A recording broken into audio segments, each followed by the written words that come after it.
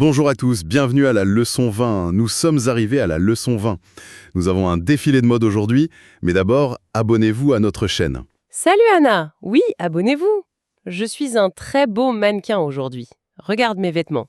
Oh là là, je ferme les yeux, Lucas. Prenez vos cahiers, tout le monde, ouvrez vos placards et préparez-vous à pause. Écrit, répète. Et voilà, on coupe. C'est toujours hyper amusant de jouer cette petite scène d'introduction pour les élèves. Ah ouais, totalement. C'est notre rituel. Mais aujourd'hui, on ne va pas juste donner un cours classique de niveau 1, on va faire une analyse approfondie des coulisses de cette fameuse leçon 20 sur les vêtements et les couleurs. Exactement. On va décortiquer pourquoi ce guide pédagogique, qui a l'air super simple en surface, est en fait une masterclass d'ingénierie psychologique. Parce que, soyons honnêtes, apprendre une langue, ça ressemble souvent à avaler un annuaire téléphonique, quoi. On te bombarde de listes, de règles, d'exceptions. C'est clair. Et la charge cognitive explose. C'est pour ça que les gens abandonnent. Mais cette leçon, elle prend une trajectoire complètement différente. Elle utilise la narration, l'humour et des boucles de répétition pour en fait contourner les défenses du cerveau adulte. Tout à fait. Et ça commence par des fondations super basiques. Le vocabulaire qu'on introduit, c'est juste un t-shirt, un pantalon et des chaussures. Ouais, et les couleurs primaires, rouge, bleu, jaune. Sur le papier, c'est le niveau zéro de la linguistique, tu vois. Mais oui, ça a l'air presque trop facile. Mais l'objectif, ce n'est pas le vocabulaire.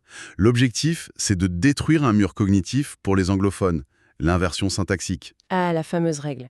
La couleur après le nom. Voilà. Le document montre tout de suite que dire un rouge t-shirt, c'est une erreur fatale.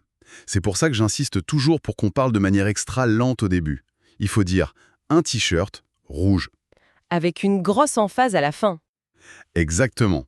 Mais honnêtement, quand on y pense, et je me fais l'avocat du diable ici, est-ce qu'on ne surévalue pas la difficulté ? Comment ça ? C'est juste inverser 2 mots dans une phrase courte. Le cerveau humain résout des problèmes bien plus complexes tous les jours. Pourquoi il faut toute une architecture pour enseigner ça ? En fait, c'est une erreur de voir la langue comme des simples maths. En psycholinguistique, on appelle ça l'interférence proactive. Ok, l'interférence proactive. C'est-à-dire, C'est quand ton cerveau utilise ses autoroutes neuronales habituelles. En anglais, l'algorithme mental exige de qualifier l'objet avant même de savoir ce que c'est. Tu dois sélectionner l'idée abstraite du rouge, la garder en mémoire, puis trouver l'objet physique. d'accord, je vois.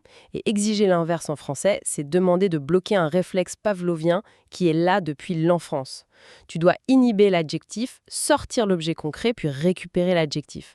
En plein milieu d'une conversation, cette micro-pause, c'est un effort colossal pour un débutant. C'est un peu comme si on construisait une maison. En anglais, tu tiens ton pot de peinture rouge dans les mains et ensuite tu découvres si tu vas peindre une maison ou un t-shirt. Grave, c'est exactement ça. Alors qu'en français, on te demande de poser les murs d'abord. La substance avant tout. Le t-shirt existe dans l'espace physique.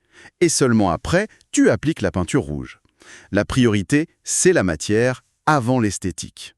Cette analogie visuelle est parfaite. Le cerveau francophone génère l'entité concrète d'abord. Et c'est pour forcer ce recablage mental que le guide pédagogique ne reste pas dans la théorie. Il nous plonge direct dans une histoire absurde. Ah, l'histoire du défilé de mode. C'est là que nos personnages entrent en jeu. Avec moi dans le rôle de la prof stricte et toi dans le rôle de l'élève un peu trop confiant. Ouais, mon personnage est persuadé d'avoir un style incroyable pour sa fête. Il appelle pour valider sa tenue et il tombe direct dans le piège.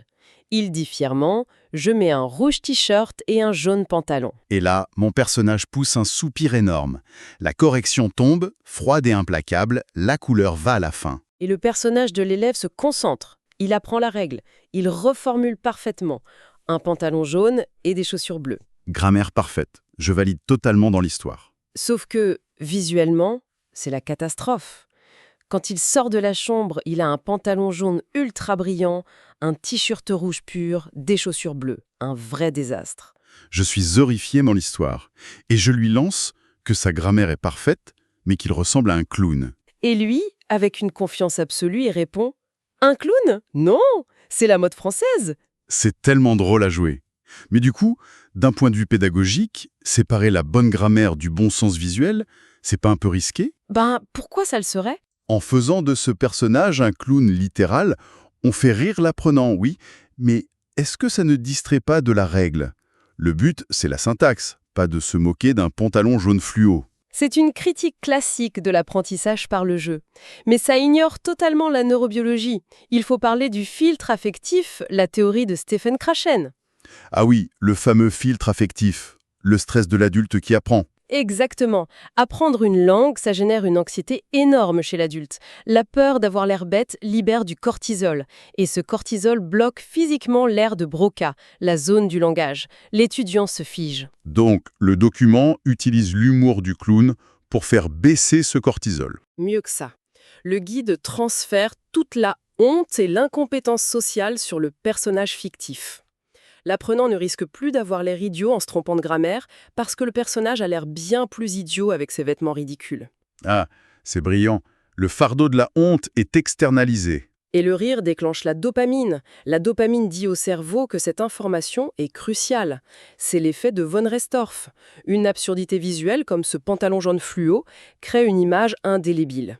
Le clown devient l'ancrage de la règle grammaticale. Je comprends beaucoup mieux.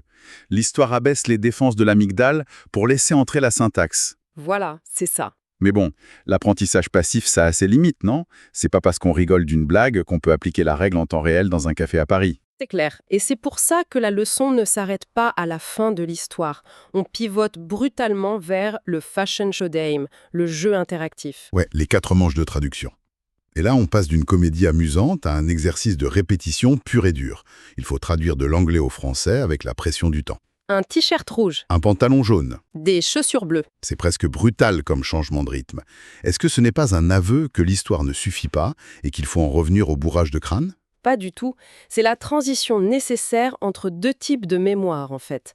L'histoire construit la connaissance déclarative. L'étudiant sait que la couleur va à la fin. Ok, la théorie est acquise. Mais la fluidité, le fait de parler sans bloquer, ça demande une connaissance procédurale. C'est la mémoire musculaire des ganglions de la base. Il faut forger le réflexe. Absolument. Il faut forcer le réseau neuronal à exécuter le chemin nom, puis couleur, encore et encore, jusqu'à ce que la micropause disparaisse. Les traductions servent d'enclume pour ce réflexe. On martèle. On martèle, oui. Mais la structure de l'exercice a quand même une pirouette finale géniale. La 4e manche ne demande pas de traduire un autre vêtement.